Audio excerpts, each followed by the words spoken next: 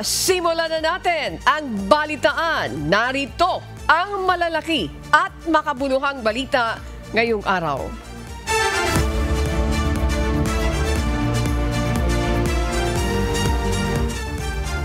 Nananawagan ang Philippine Constitution Association of PhilConsa sa Korte Suprema na pag-aralang mabuti o pag-aralang muli ang desisyon kaugnay ng impeachment case laban kay Vice President Sara Duterte.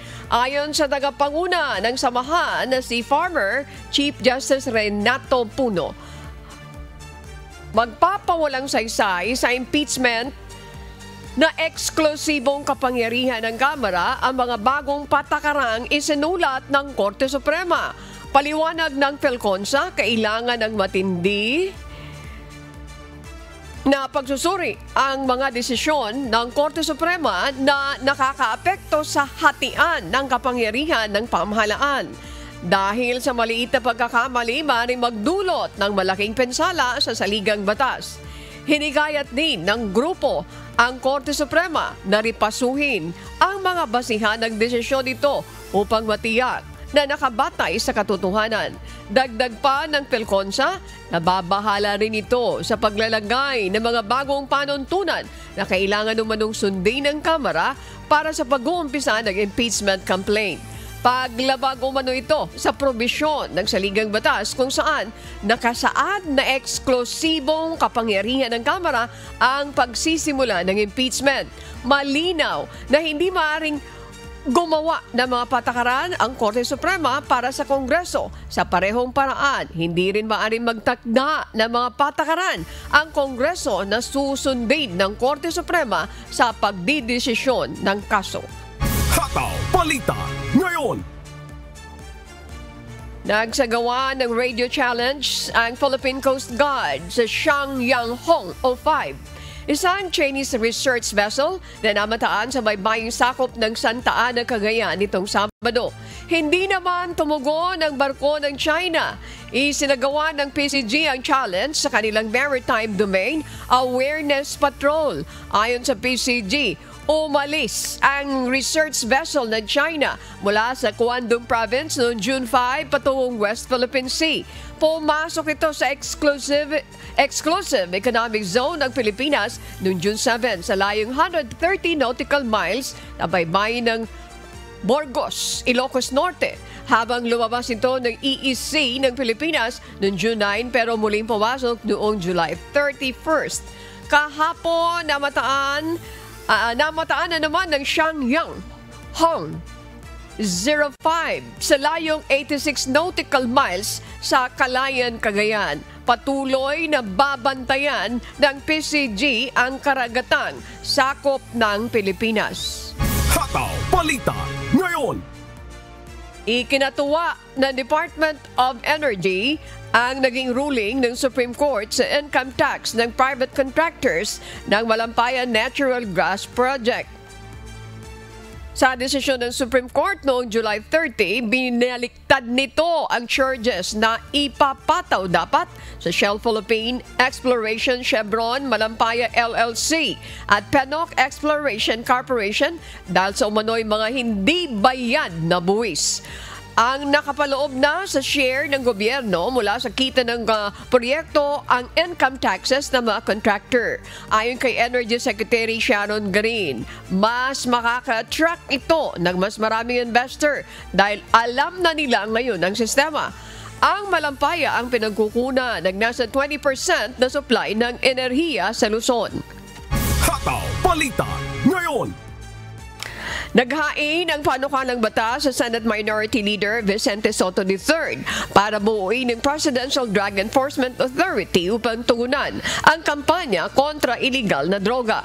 Nakapaloob sa panukala ang pag-amyenda ng Comprehensive Dangerous Drugs Act of 2022.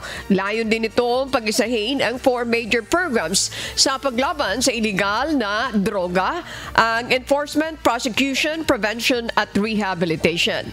Kinakailangan na niya na baguhin ang batas na nasa 23 years na mula nang maaprubahan. Hataw Balita ngayon! Iginiit ni dating Senator Cynthia Villar na basura sa drainage system ang nagpapabaha sa Las Piñas.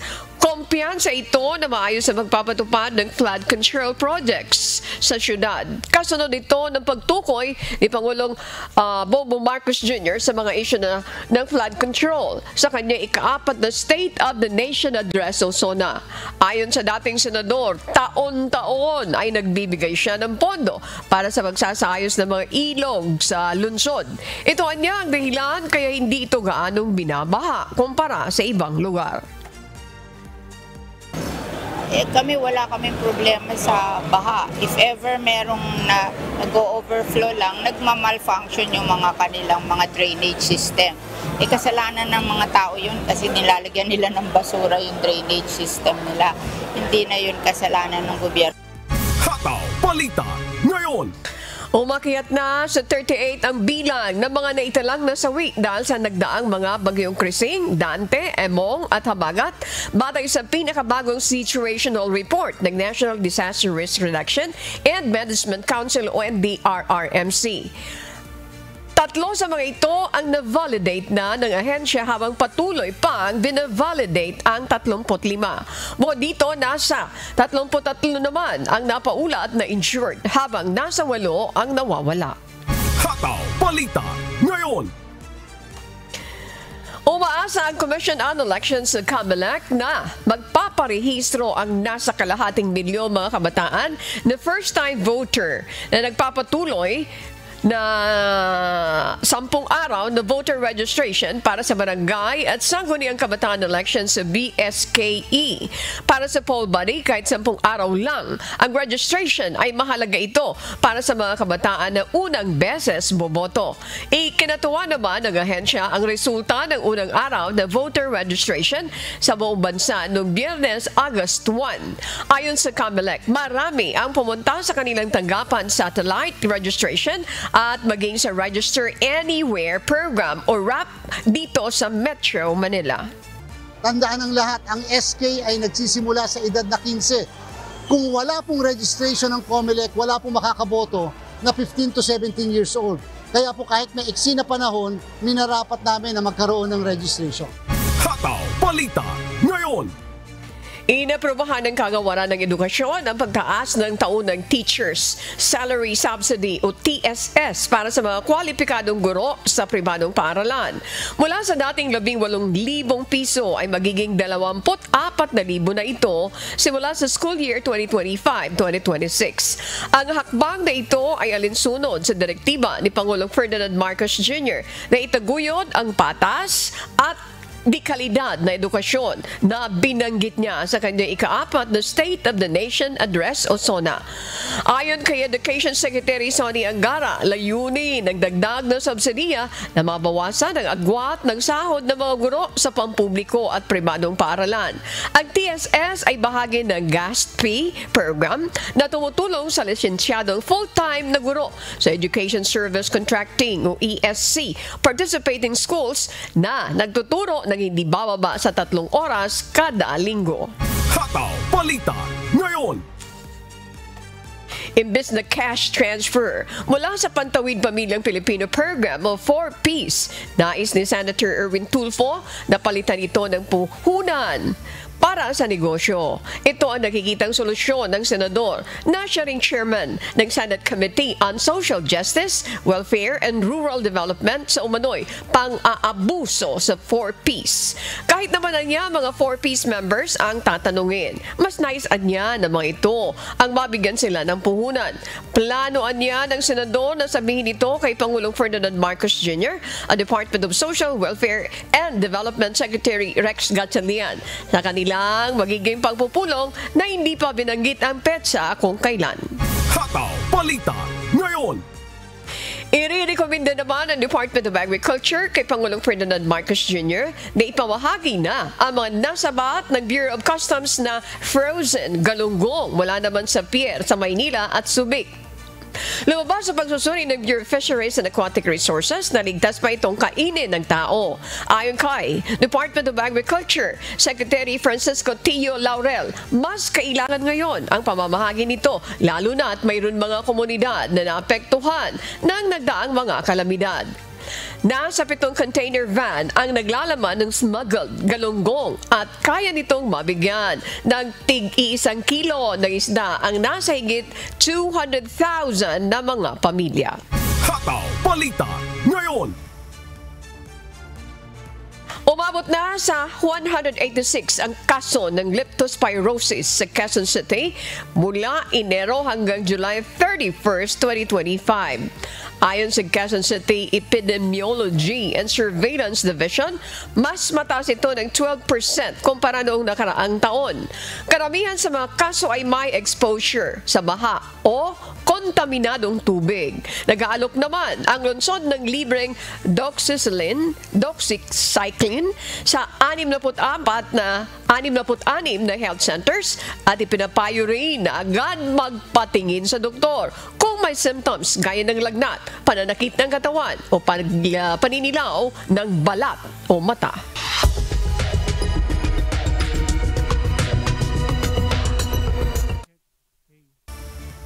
Magandang araw, Ma'am Ani. Para sa ating Global News, inaresto ang isang miyembro ng parlamento ng Ukraine at ilang mga opisyales dahil sa nabunyag na malawakang suhulan sa pagbili ng drone at mga elektronikong kagamitang pandigma. Ayon kay Ukrainian President Volodymyr Zelensky, zero tolerance ang korupsyon sa Ukraine at pinasalamatan ang mga ahensya dahil sa kanilang ginawa. Ito ang humahataw na balita ni Gerard Moral. Sangkot sa naturang katiwalian ng isang miyembro ng parlamento, mga puno ng distrito at ilang mga miyembro ng National Guard Service. Ito'y may kaugnayan sa pagbili ng mga military equipment na umabot hanggang 30% ang patong sa orihinal na presyo nito.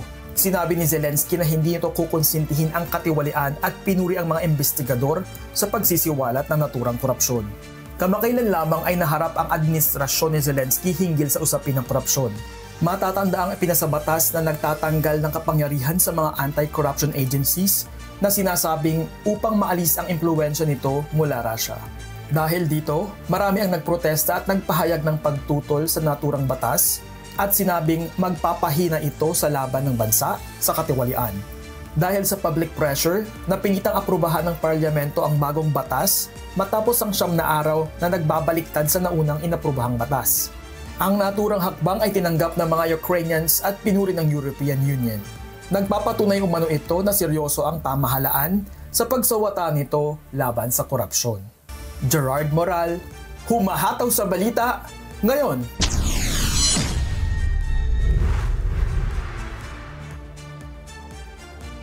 Isang oil tanker mula sa India ang dumaong sa Kwinana, Western Australia noong July 30th, 2025 upang mag-offload.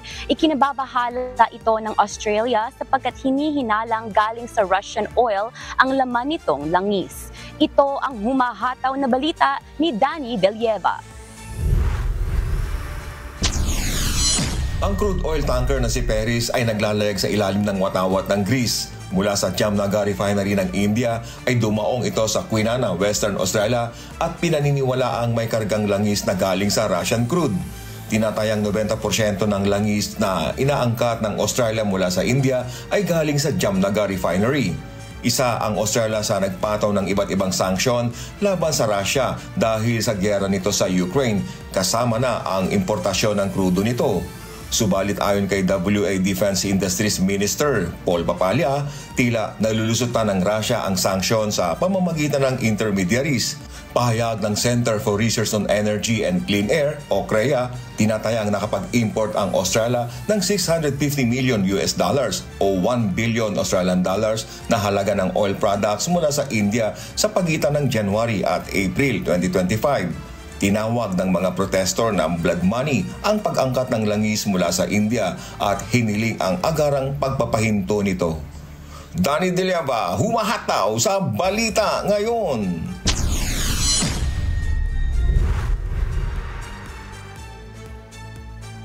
Nananatiling malabo ang bagong kasunduan sa pagitan ng Estados Unidos at Canada dahil sa tumitinding sigalot sa taripa at ilang pangunahing industriya.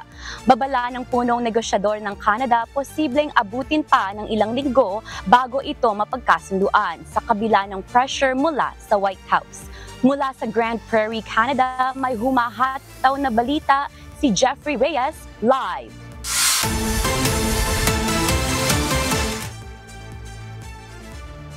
Good afternoon, Jeffrey. Kailan ba inaasahang matatapos ang negosasyon sa bagong US at Canada trade deal? At patuloy ba ang pagtaas ng taripa ng Amerika?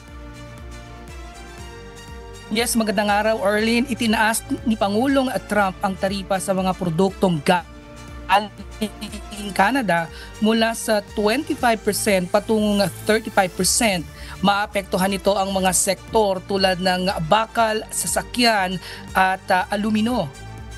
Nangyari ito sa gitna ng naantalang negosasyon at mga paratang mula sa Washington, kabilang na ang issue sa pagpapalit o pagsusulit ng fentanyl at iba pang balakid sa kalakalan.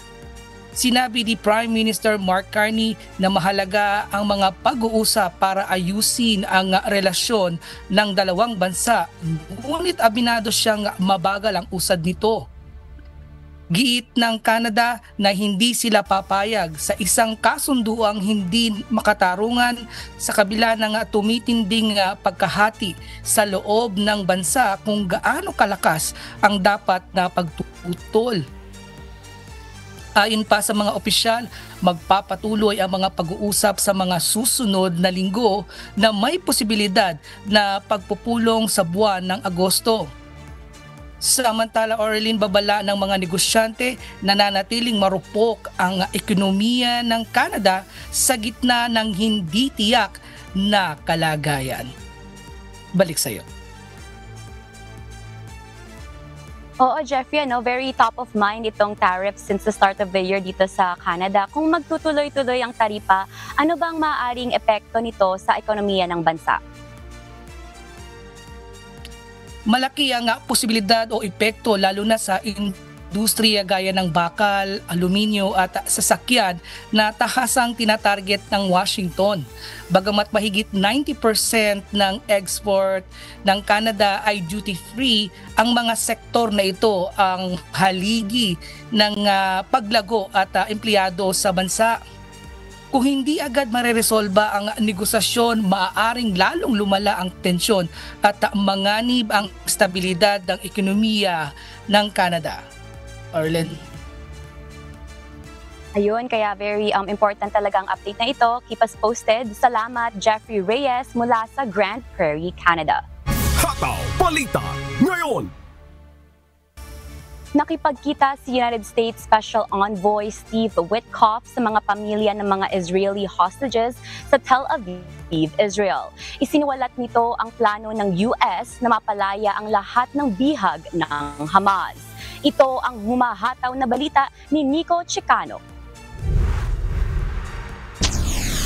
Tiniyak ni United States Special Envoy Steve Witkoff na may plano ang Estados Unidos sa pagpapalaya ng lahat ng mga bihag ng Hamas at posibleng matapos na labanan sa malapit na hinaharap. Ito ay kasunod ng inilabas na video ng Hamas na nagpapakita ng isang batang Israeli hostage na mukhang mahina na at sinabing wala na silang sapat na pagkain. Nagmakaawa ang naturang bihag kay Israel Prime Minister Benjamin Netanyahu na tapusin na ang giyera. Ang ganitong mga video ang madalas na ginagamit ng Hamas upang makakuha ng simpatsya at ma-pressure ang Israeli government sa isinasagawang negosasyon. Sinabi ni Witkoff, nais ni President Donald Trump na mapalaya na agad ang lahat ng mga bihag. Kung hindi aniya umubra ang maliit na negosasyon, napapanahon na ngayon ang full solution. Nico Chicano, humahataw sa balita ngayon.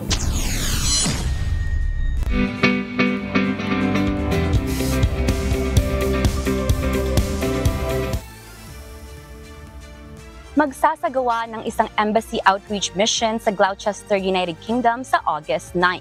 Samantala, nangangailangan naman ng Member Services Assistant ang Pag-ibig Milan Services Desk. Ito ang humahataw na balita ni Lynn Perez. What's up, kabayan? Isang embassy outreach mission ang isasagawa sa Gloucester, United Kingdom mula alas 9 ng umaga hanggang alas 3 ng hapon sa August 9. Limitado lamang ang slots kaya't pinapayuhan na mag-register ang mga nais mag-avail ng mga serbisyo nito o sa pamamagitan ng pag-scan sa QR code na matatagpuan sa official Facebook page ng Philippine Embassy sa United Kingdom sa facebook.com/PHLinUK. Antabayanan naman ng venue at iba pang details sa mga susunod na araw. Samantala, nangangailangan ng Member Services Assistant ang Pag-ibig Milan Member Services Desk. Sa mga interesadong mag-apply, magsumite ng inyong mga applications hanggang August 15. Para sa kumpletong impormasyon, bumisita lamang sa official Facebook page ng Philippine Consulate sa Milan sa facebook.com/PHLinMilan. Naglabas naman ng listahan ng Philippine Embassy sa Brunei ng bagong batch ng mga e-passports na ready na for release. Maaaring i-claim ang inyong mga passports sa embahada mula Lunes hanggang Biyernes alas 8 ng umaga hanggang alas 5 ng hapon. Huwag kalimutang dalhin ang inyong old passport at resibo. At sa Singapore, iniimbitahan ang mga kababayan natin doon sa Fiesta ng Pamilyang Pilipino. Gaganapin ito sa August 17 alas 8 ng umaga hanggang alas 6 ng gabi sa Singapore Convention and Exhibition Center Hall 404. Magkakaroon dito ng cultural performances, food booth, Speria Games, freebies at raffle prizes. Libre ang entrance dito kaya't isama ang buong pamilya at mga kaibigan. Maaari namang mag-register sa bit.ly/tara sa Fiesta 2025 para hindi na pumila sa venue. Lynn Perez, sumahataw sa Balita Ngayon.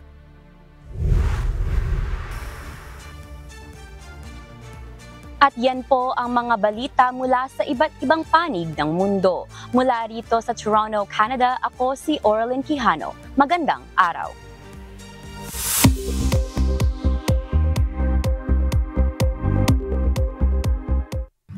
Alamin muna natin na magiging lagay ng panahon sa iba't ibang bahagi po ng bansa ngayong araw ng Lunes, August 4, 2025. Panoorin po natin ang update mula sa Philippine Weather Bureau, Pag-asa. Magandang umaga mula sa Pag-asa Weather Forecasting Center. Ito ng ating update sa magiging tayo ng panahon sa susunod na 24 oras. Sa kasalukuyan, may minomonitor tayong low pressure area sa labas ng ating Philippine Area of Responsibility. Latest location natin kaninang alas 3 ng umaga, nasa layo ito ng 1,445 kilometers silangan ng Eastern Visayas. So sa ngayon, maliit pa naman yung tsansa na maging bagyo ito within the next 24 hours at sa ngayon din wala pa itong direktang epekto sa anumang bahagi ng ating bansa. So dahil walang epekto itong low pressure area at nandito pa rin tayo sa tinatawag nating monsoon break, ito yung panahon na kung saan hindi umaabot yung habagat sa malaking bahagi ng ating bansa.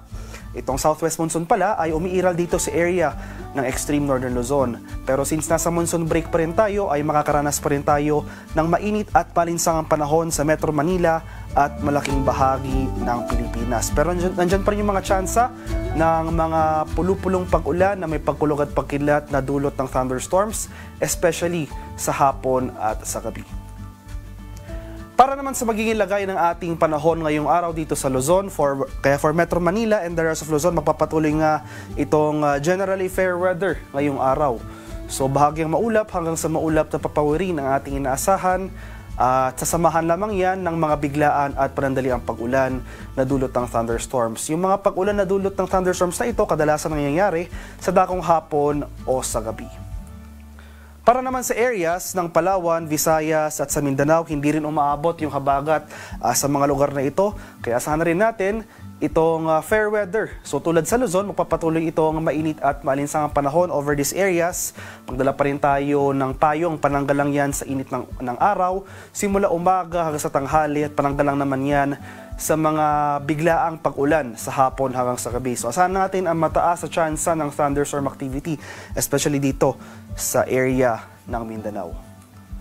Sa kalagayan naman natin karagatan sa kasalukuyan, walang nakataas na gale warning at banayad hanggang sa tamtamang pag-alon ang mararanasan sa malaking bahagi ng ating bansa. Gayunpaman, iba yung pag-ingat pa rin sa ating mga kababayan na maglalayag sapagkat kung meron tayong offshore thunderstorm activity, ito yung mga pag-ulan sa ating mga dagat baybayin, asahan natin ang mga pagbugso ng hangin, kaakibat nito ang bahagyang pagtaas ng ating mga alon. At para naman sa ating weather outlook sa mga susunod na araw, So para sa low pressure area na ating minomonitor sa labas ng ating bar, posible itong gumalaw generally northwestward or pahilagang kanluran sa mga susunod na oras. So posible itong makapasok ng ating Philippine Area of Responsibility within the day. Pero for the next few days, so from Tuesday to Wednesday, mananatiling malayo itong low pressure area sa ating kalupaan. Wala pa naman itong magiging epekto sa ating bansa sa mga araw na ito.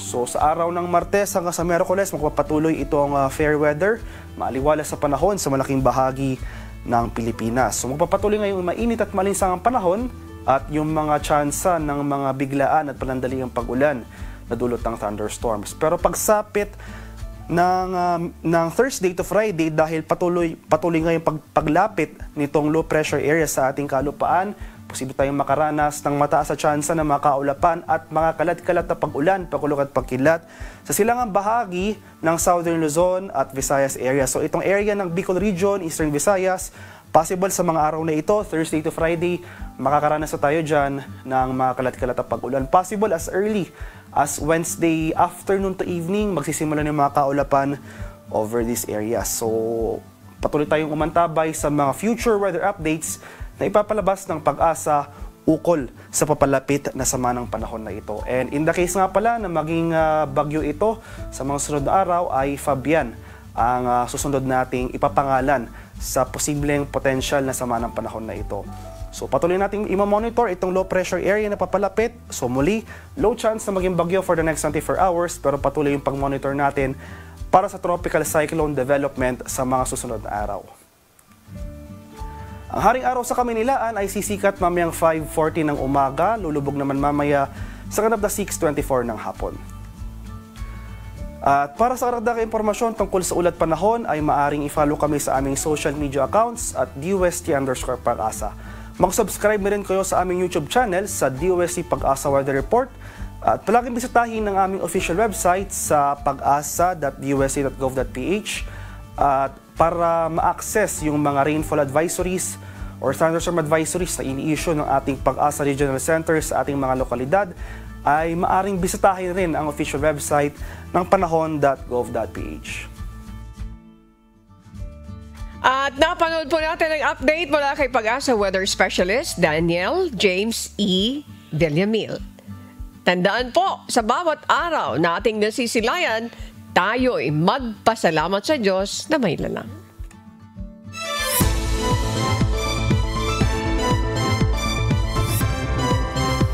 Inumpisahan na ang pagkakabit sa 4 na unit ng power generator sa probinsya ng Siquijor. Katuwang ang technical teams ng Province of Siquijor Electric Cooperative Incorporated at Prosielco at Cebu Electric Cooperative 3. Ito ay upang maibsan ang power crisis sa isla sa lalong madaling panahon. Si Alan Manansala, humahataw. Upang matugunan ang patuloy na suliranin sa supply ng kuryente sa isla ng Siquijor, nagsagawa ng pagpupulong ang Department of Energy o DOE kasama ang Siquijor Island Power Corporation, Province of Siquijor Electric Cooperative Incorporated at National Power Corporation o NPC upang ipatupad ang agarang mga solusyon sa kasalukuyang sitwasyon ng lalawigan. Noong Hulyo 25, 2025, lumagda ang SIPCOR ng kontrata sa Total Power para sa pagrenta ng karagdagang power generation units upang madagdagan ang supply ng kuryente sa isla. July 31 naman, nang dumating sa Siquijor Small Diesel Power Plant o SSDPP ang mga genset, transformer at iba pang kagamitan. Ang 4 na unit ng genset ay mula sa lungsod ng Dumaguete, galing pa ng Dapitan. Nitong Sabado, inumpisahan na ang instalasyon sa lalawigan katuwang ang Prosielco at Cebico 3 technical teams. Ang mga genset na ito ay inaasang malaking makatutulong sa pagpapatatag ng supply ng kuryente sa isla sa oras na ito ay ganap ng ma-install at mapagana. Alan Manansala, humahataw sa balita ngayon. Isang sunog naman ang sumiklab sa kagubatang bahagi ng Mount Minandar ng Sitio Tinabon, Barangay Cosyong, Dato Odin, Sensuat, Maguindanao del Norte kagabi. o gabi nito nakalipas na Biyernes. Agad na rumisponde ang mga kinaukulang ahensya ng Bureau of Fire Protection, Dato Odin Sensuat, Marine Battalion, Landing Team 5, Dato Odin Sensuat Municipal Police Station, Municipal Disaster Risk Reduction and Management Office at ilang opisyal ng LGU, Dato Odin Sensuat upang personal na tingnan ang lagay ng sunog. Hindi nagtagal, unti-unti ding naapula ang apoy. Patuloy ang ginagawang investigasyon upang malaman ang pinagmulan ng insidente. Wala namang napaulat na naapektuhan na mga residente at nasaktan sa insidente. Hataw Balita ngayon! Handa na ang Davao City Police Office sa taunang selebrasyon ng Kadayawan Festival sa Davao City upang masiguro ang seguridad ng mga Davaoenyo at turistang dadayo sa lungsod. Aabot naman sa halos 7,000 police personnel ang ipakakalat sa lungsod. Si Gladys Tuabi, humahataw. Inaasahang mas maraming turista ang dadayo sa Davao City para sa pagdiriwang ng 2025 Kadayawan Festival ngayong Agosto, kung saan ibibida ang kultura ng lungsod. Ayon sa DCPO, halos 7,000 police personnel ang ipakakalat sa lungsod upang magbantay na kinabibilangan ng kanilang force multiplier at police auxiliary. Magkakaroon ng soft deployment ang mga pulis bago ang opisyal na pagsisimula ng mga aktibidad simula August 8. Hinihikayat naman ang publiko at mga turista na i-practice ang culture of security ng lungsod at agad ipagbigay alam ang mga napapansing kaduda-dudang bagay o aktibidad. And part of the culture of security, sir, no? Importante gud kaayo nga atoan nang i-observe, i-practice ang culture of security nga naata diri sa Davao City, sir. Kada ayo siyang impact sa ato ang peace and order sa ato ang syudad sa Davao. Bilang bahagi pa rin ng ipinatutupad na seguridad, nagpaalala ang DCPO na iwasan ang pagdadala ng backpacks at non-transparent water bottles sa pagpasok sa mga event venue. Inaasahan namang pansamantalang isasara ang key road sa Davao City upang ma-accommodate ang inaasahang mga bisita. Ayon sa Davao City Police Office, nananatiling ligtas at maayos ang lungsod ng Davao. Wala rin silang natatanggap na anumang banta sa seguridad sa ngayon. Kaya hinihingi ng pulisya ang kooperasyon ng publiko para mapanatili ang peace and order situation ng lungsod. Gladys Tuabi, humahataw sa balita ngayon. Naglabas naman ng pahayag ang pamunuan ng Department of Education, Palawan, kaugnay sa issue ng item at transfer for sale. Ayon sa DepEd Palawan, wala silang natatanggap na ulat hinggil sa ganitong reklamo. Si Andy Pagayona, humahataw. Mariing itinanggi ng School Division Office ng Palawan sa ilalim ng DepEd Mimaropa na may natatanggap silang reklamo kaugnay ng umano'y bentahan ng posisyon sa mga guro sa isla.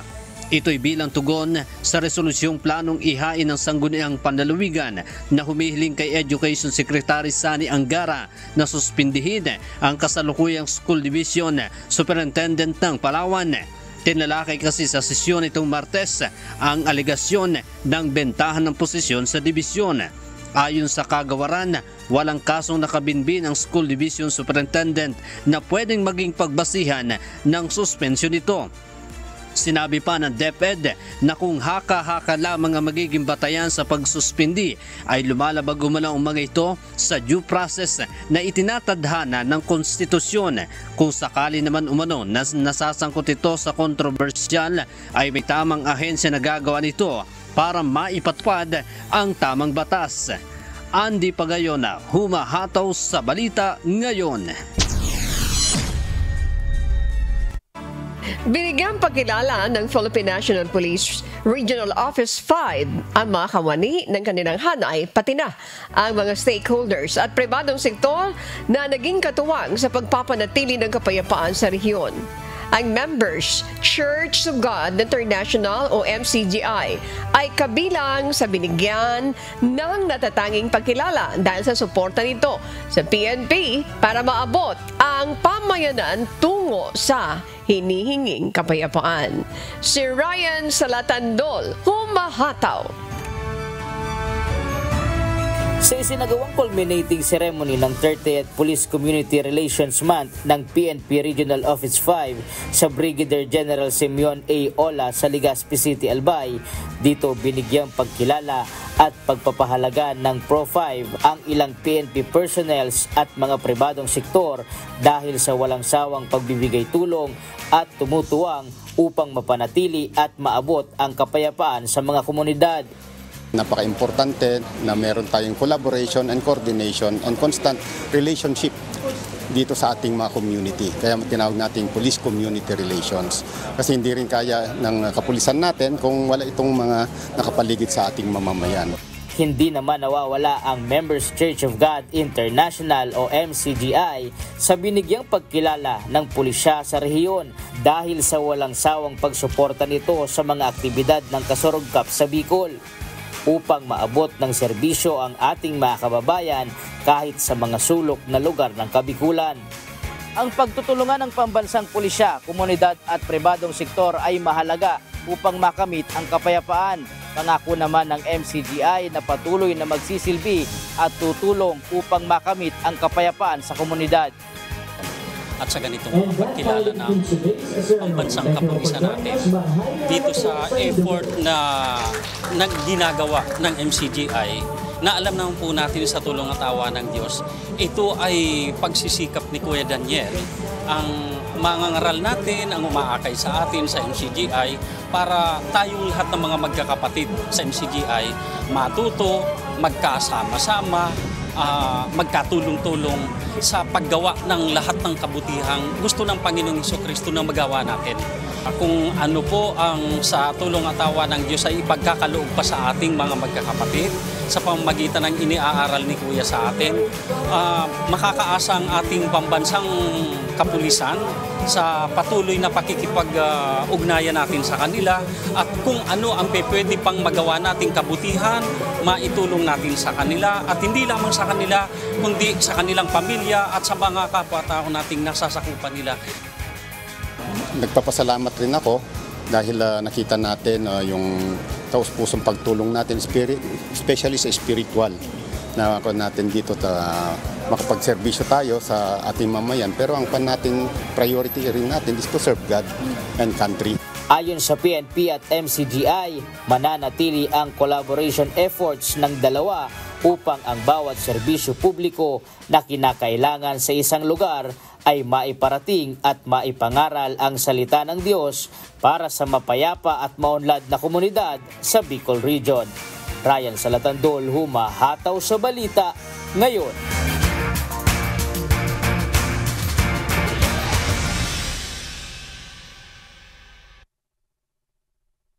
Maraming salamat, Ryan Salatandol. Morning, Bradmel. Pro 5, good morning po sa inyong lahat yan. At syempre, shout out tayo. Ayan, Adet, mayroon ba tayo nalalabi? Of course, Ed Leal ng Texas, Johnny De Leon, and of course, Ophelia Paraino, and happy birthday kay Brad Kurt.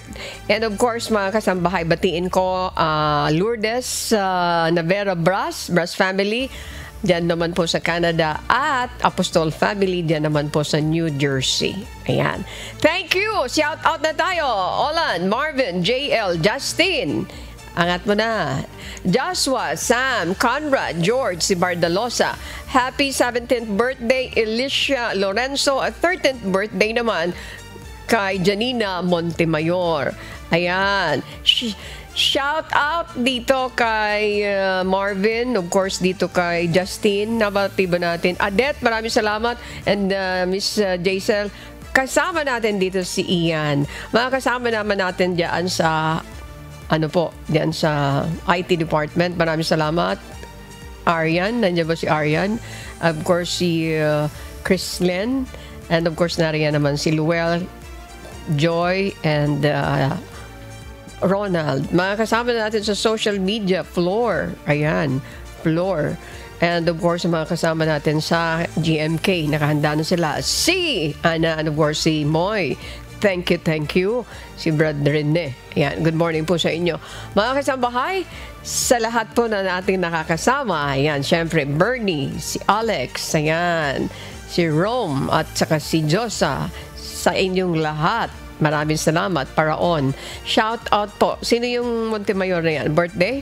Shout out po sa ating mga taga-subaybay at laging binabanggit ni amigo Sherwin, yung kanyang tita na nanonood lagi. Magandang umaga po sa inyo. Magandang umaga. Salamat po. Janina Montemayor. And happy birthday din kay Emmy and De Silva, yung ating kasama naman sa Wish. Shout out po sa ating mga taga-subaybay sa buong Pilipinas at sa iba't ibang panig ng mundo. Shout out din po sa mga tagapakinig ng Hataw Balita ngayon sa Radyo La Verdad 1350. Maraming salamat po sa mga nagsha-shout out. Mga kasambahay, kung may mga storya po kayong nais balikan sa Hataw Balita ngayon, pwede nyo po itong muling mapanood sa aming official social media account. Ayan. Magtungo lamang po sa UNTV News and Rescue YouTube channel at i-click ang subscribe button. Gayun din sa aming Facebook at TikTok accounts. Mapapanood nyo rin rito ang iba pang news programs ng UNTV. Pati na po ang iba pang video ng nag-iisang public service channel. Kaya tara na! Subscribe, like, and share. At sa aming ibabahaging mga salita ng Diyos na ating sandigan.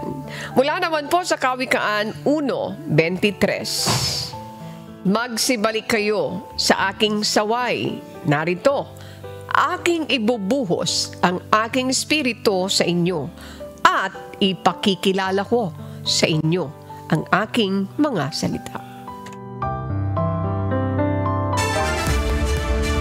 Attorney Ruth Soriano, good morning po sa lahat ng ating mga Vice Presidents. Good morning. Yan po ang mga humahataw na balita ngayong umaga ng Lunes, ika-4 sa buwan ng Agosto 2025. Sa ngalan ng lahat na bumubuo ng UNTV News and Rescue, UNTV Radyo La Verdad 1350, at ng ating mga correspondent mula sa Pilipinas at sa iba't ibang panig ng mundo. Sa ngalan po ni amigo Sherwin Colubong, ako po si Annie Rentoy. At dito sa UNTV at UNTV Radyo La Verdad 1350, Diyos ang aming sandigan, serbisyo publiko ang aming pinahalagahan. Susunod na po ang Good Morning, Kuya. Salamat po sa Diyos at magandang umaga.